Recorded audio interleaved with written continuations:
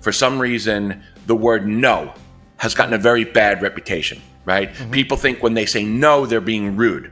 Mm-hmm. So instead of saying no, they avoid the conversation altogether. That's not good communication. For me, I think you can say no politely, right? Okay. And I would rather have a polite no than you avoid me. Okay, so this is very interesting. There's a lot to unpack here. Why do you think people struggle to say no? I think they're afraid of letting others down, right? Okay. We say that we're our own worst critic, but when it comes to letting people down, we're totally okay with letting ourselves down, but we don't want to let others down. And when you say no to somebody, I think you're worried that you're going to let them down. You're worried you're going to make them angry or make them feel bad. I had a sales job once where I had contacted somebody. They said they were interested. They asked me to put together an offer. I put together an offer, and I tried for weeks to find this person. And instead of him saying, "Hey Neil, look, we looked over your offer, and you know what? It's just not the right opportunity for us," he totally avoided me. Ended up blocking my email address. When I called when I called the switchboard, right? She said, "Oh, sure, let me get him." And then when she came back, she said, "Oh, he's on vacation." Yeah, well, I'm pretty sure you wouldn't have said, "Let me get him," if you already knew he was on vacation. So again, why not just say no? You can say no politely. I think, like you say, there's a nice way to say no by just, letting the other person, this is not personally, here's what I think, no, and then maybe help them, if possible, to find a solution instead of just avoiding the conversation. And so what I hear you saying is communication can sometimes be uncomfortable and challenging.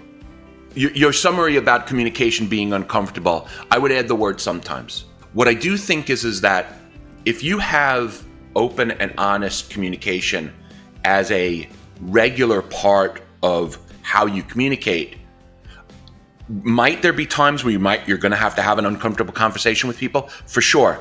But I do believe if you're being open and honest kind of the whole way, then the room for uncomfortable conversations, the amount of times it needs to happen shrinks because you've been open and honest from the beginning. And again, don't get me wrong. I'm not saying, because sometimes things come up and they're uncomfortable and you have to bring them up, because not bringing them up doesn't make the situation go away. Leaving that kind of uncomfortable situation over here in the corner, it doesn't disappear. It only gets bigger and it takes up more space and it gets more scary. And then when it's time where you can't ignore it any longer, then it's usually a more uncomfortable situation. We do a mentorship program at the local university. It's an entrepreneurship program, but a lot of it is learning to deal with difficult situations.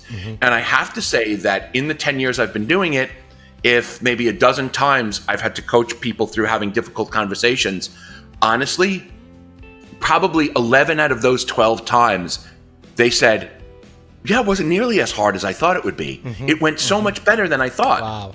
Because they were proactive and they handled it well. They handled it maturely, right? One trick that I've learned for sure also is do not get into a conversation, if you can avoid it at all, when emotions are running high. If you're super angry, don't answer that email. Right? If somebody says no and you can't, right? Take a pause, take a few deep breaths, take even a few minutes if you can, because generally when you can filter out some of the emotion, you can have a conversation that, while difficult, shouldn't or won't escalate into something that blows up. That's very interesting, because if I think about my own life and where things didn't go as planned, it's probably because I was too emotional when I engaged with people. So let's say it's about giving feedback or saying no or just setting boundaries. If you're too emotional, you're too angry, and you do that, it's not going to be very pretty.